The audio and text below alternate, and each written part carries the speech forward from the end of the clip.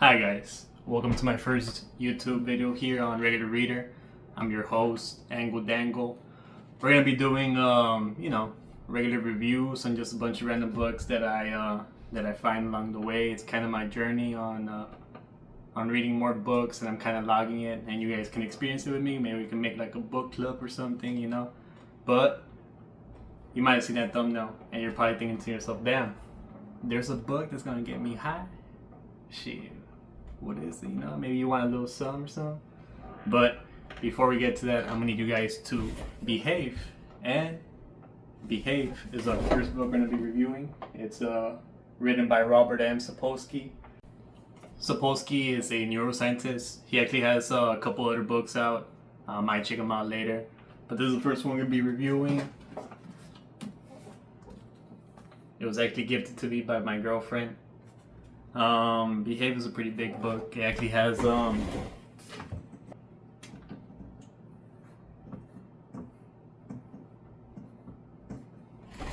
800 pages. Those pages are actually jam-packed though. It has data, it has experiments, it has terms, it has a bunch of stuff. It's an in-depth psychology book. It goes through a timeline of how a behavior can be influenced before you're even born to when that action occurs. The example here in the book is a man pulling the trigger, so it goes through how that behavior could have been influenced before he was born up to when he pulls the trigger. What I actually like about this book is that Sapolsky himself provides data sets that go against what he's claiming, which I think is pretty cool. It shows that he actually looks through a bunch of other data, not just data that like completely confirms what he studies or what he sees. And I actually like that he even shows us, the readers, that this data exists, where some of the points might be countered, and you yourself as a reader can check out these other sources and see what you make of it, what you believe.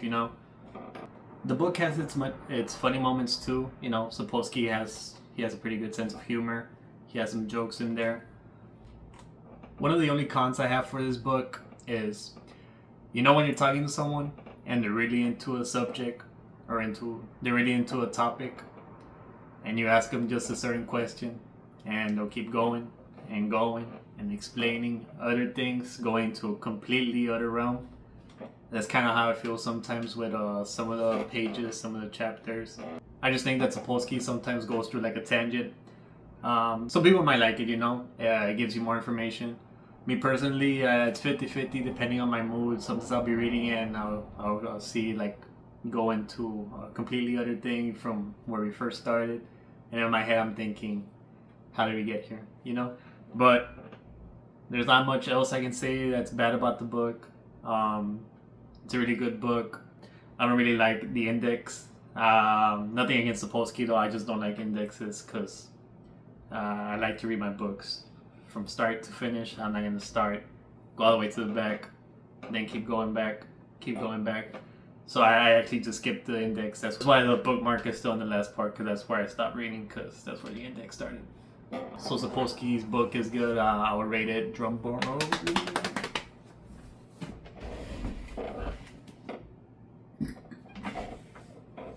a good old 9 out of 10. You guys should check it out if you haven't. It's a good read. It's a long read, but very informative, funny in some of the pages. In case you're worried about reading it and maybe not understanding some parts, to be honest, you shouldn't have that fear. This book is pretty easy to read. You don't need too much background on neuroscience. Everything is explained by Sapolsky early on.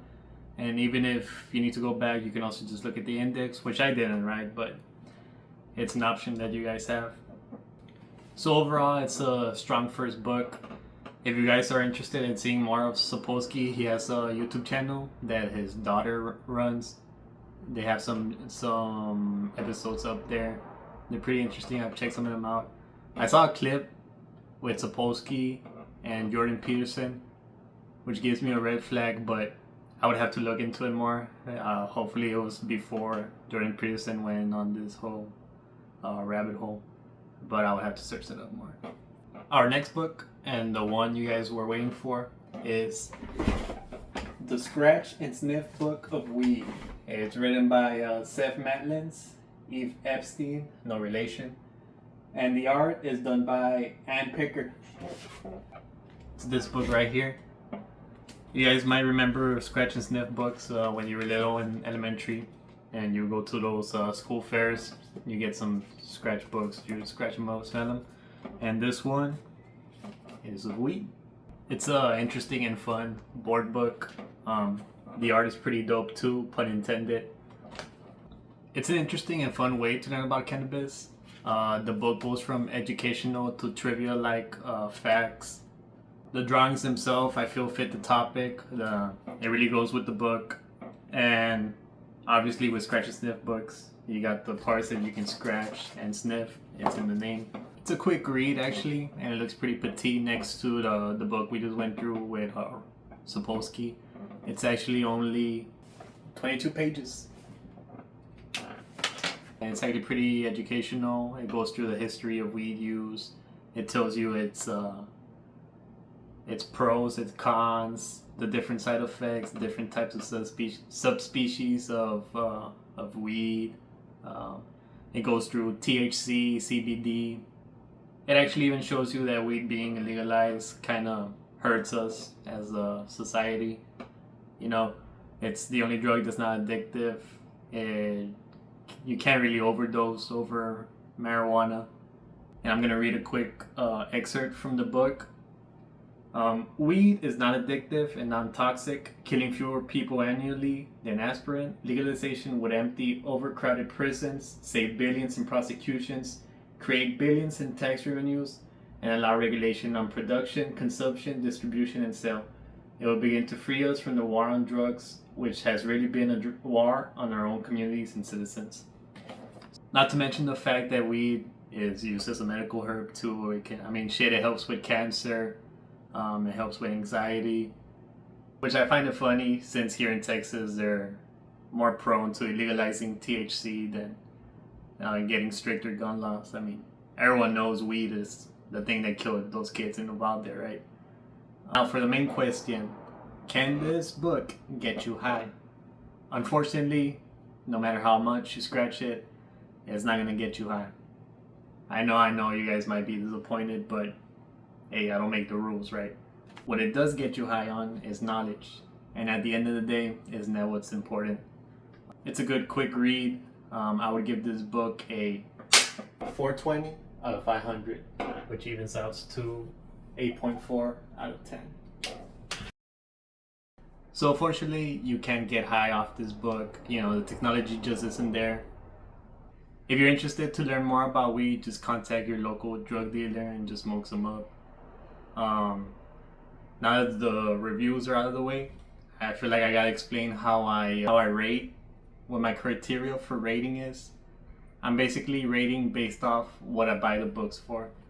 So since both of these books had basically exactly what I was looking for, Behave being a psychology book on the influences on behavior, it got a high score. The Scratch and Sniff book, I wanted a book about scratching and sniffing weed, so it also gets a high score. That should be all for my first video. If you guys liked what you saw, make sure you like and subscribe. Hopefully you guys join me in this journey as I become better at video making. For next week, we should be reviewing these two books. I'll put them up here on the screen. And with that, bye bye.